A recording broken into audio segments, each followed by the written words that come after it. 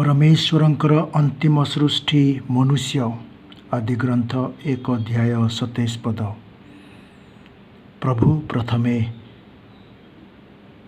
आलोक को सृष्टि करती बा दूत मान को सृष्टि करती आउ शेष सृष्टि मनुष्य मान को से सृष्टि करती। तेणु से कहती आम्भे आम सदृश्य मनुष्य को गढ़ा। तेणु मनुष्य माने परमेश्वरंकर प्रतिरूप। आमे मनुष्य मानकर आम मनुष्य मानकर तीनोटी रूप अच्छी, पुरुष, स्त्री आउ नपुंसक। हेले परमेश्वर होउछंती पुरुष परी, ना स्त्री परी, ना नपुंसक परी। किंतु परमेश्वर होउछंती आत्मा।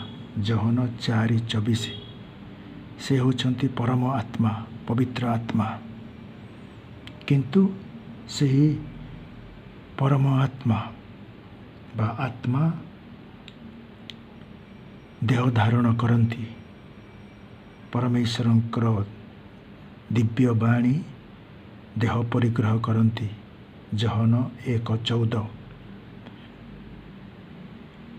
त्रैक्य परमेश्वरंकर द्वितीय व्यक्ति जीशु ख्रीष्ट अवतार ग्रहण करती। से परमेश्वर आउ मनुष्य, से ईश्वर आउ मनुष्य, से परमेश्वरंकर एकमात्र पुत्र एवं से मेरी आउ जोसेफंकर मानव पुत्र। एही रूपे से अवतार ग्रहण करती आउ आममानक मध्य वास करी आममानक उद्धार करती। तेणु मनुष्यर सृष्टि आदि ग्रंथ 2 अध्याय 7 पदर जदि आम पढ़ा, परमेश्वर माटीरू मनुष्य को गढ़िले। से प्रथमे माटीर पितुला मनुष्य मूर्ति कले आउ तांको नाकरे फुंक देले, जहाद्वारा से जीवित प्राणी हैला। सेतिपाई आमने देखुचु दुईटी भाग अच्छे मनुष्यर, शरीर तापरे आत्मा। शरीर आउ आत्मा दुई भाग आमने देखुचु आदि ग्रंथरे। किंतु नूतन विधानर प्रथम थेसलोनी 5:23 रे आमे देखुचु जे परमेश्वर आममानंकु आत्मा, मन आउ शरीर देइछंती। नूतन विधान रे आमने ताहांकर तीनोटी भाग देखुअछु। प्रथम भागटी होची आत्मा अर्थात जीवन, मनुष्य जीवन। गछर जीवन अच्छी, पशुर जीवन अच्छी, मनुष्यर जीवन अच्छी। सेतिपाई से जीवन बा आत्मा, प्रथम भागटी होची आत्मा। आत्मा अदृश्यमान किंतु ये जीवित आत्मा। आ द्वितीय भागटी होची मन। प्रभु आमानंकु मन, बुद्धिमता बा मन आमानंकु देइछंती। जानिबार शक्ति से आमानंकु देइछंती। मन द्वारा आमे जानू, आमर बुद्धि द्वारा आम माने जानू। आउ ऊपर भागटी होची आमर शरीर। प्रभु आमानंकु शरीर देइछंती। पशु पक्षीर मध्य शरीर अच्छी, आम मनुष्य मानकर मध्य शरीर अच्छी। हेले प्रभु संरक्षण करिछंती। मनुष्य हिसाब रे, पशु हिसाब रे सबु किछिर प्रभु संरचना करिछंती। हेले एही परि भाबरे प्रभु आमानंकु सृष्टि करिछंती। तेणु परमेश्वर होउछंती सृष्टिकर्ता, पवित्र आत्मा होउछंती सृष्टिकर्ता, आत्मा दाता।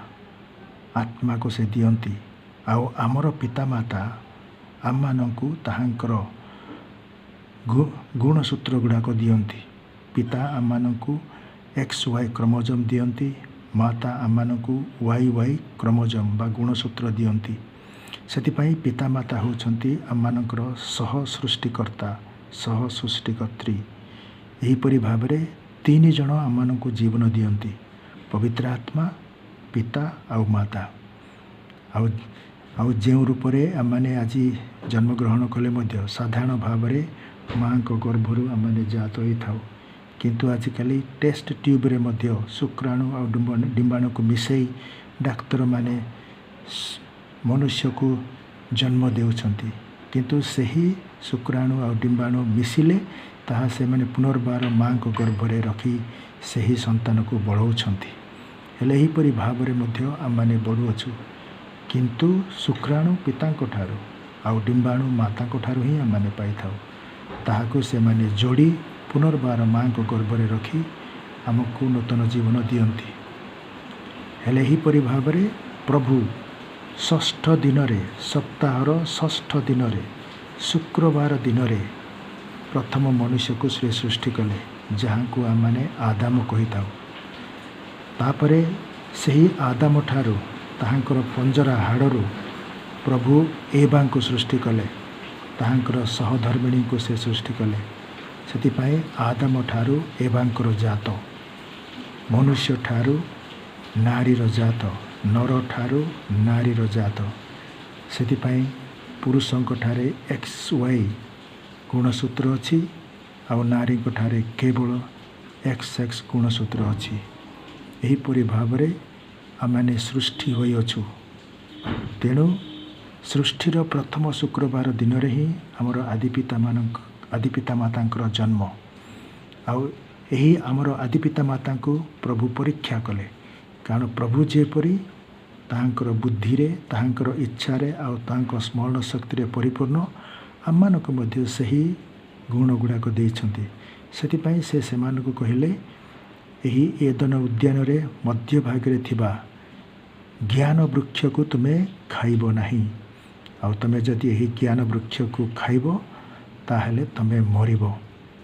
ସେଥିପାଇଁ ଏହି ଜ୍ଞାନ ବୃକ୍ଷ ହେଉଛି ଆମର ଇଚ୍ଛା ଶକ୍ତି। ଆମେ ନିଜ ଇଚ୍ଛାରେ କରିବା ପାଇଁ ଚାହିଁଲୁ, ପ୍ରଭୁଙ୍କ ଇଚ୍ଛାରେ ସେମାନେ କରିବା ପାଇଁ ଚାହିଁଲେ ନାହିଁ। ସେଥିପାଇଁ ସେମାନେ ପରମେଶ୍ୱରଙ୍କର ଆଜ୍ଞା ଲଙ୍ଘନ କଲେ। ପ୍ରଥମ ପାପ ହେଉଛି ଈଶ୍ୱରଙ୍କ ଆଜ୍ଞା ଲଙ୍ଘନ କରିବା। ସେମାନେ ଈଶ୍ୱରଙ୍କ ଇଚ୍ଛା କଲେ ନାହିଁ, କିନ୍ତୁ ତାଙ୍କ ଇଚ୍ଛା କଲେ। ଖାଇବା ମାନେ ଗ୍ରହଣ କରିବା, ନିଜର କରିବା। ସେଥିପାଇଁ ସେମାନେ ଆମ ଇଚ୍ଛାରେ ଆମେ ବଞ୍ଚିବୁ, ଆମ ଇଚ୍ଛାରେ ଆମମାନେ କାମ କରିବୁ, ତମ ଇଚ୍ଛାରେ ଆମମାନେ କାମ କରିବୁ ନାହିଁ। ସେଥିପାଇଁ ସେମାନେ ଅବଜ୍ଞା କଲେ। ତାହା ହିଁ ପ୍ରଥମ ଅବଜ୍ଞା, ପ୍ରଥମ ପାପ। ତେଣୁ ମନୁଷ୍ୟ ହେଉଛନ୍ତି ସୃଷ୍ଟି, ଶେଷ ସୃଷ୍ଟି। ପରମେଶ୍ୱର ଯେପରି ମନୁଷ୍ୟ ମଧ୍ୟ ସେହିପରି। ହେଲେ ଆମର ବ୍ୟକ୍ତିତ୍ୱ ହେଉଛି ସେହିପରି। ଆମର ଆତ୍ମା ହେଉଛି ପରମେଶ୍ୱରଙ୍କ ପରି।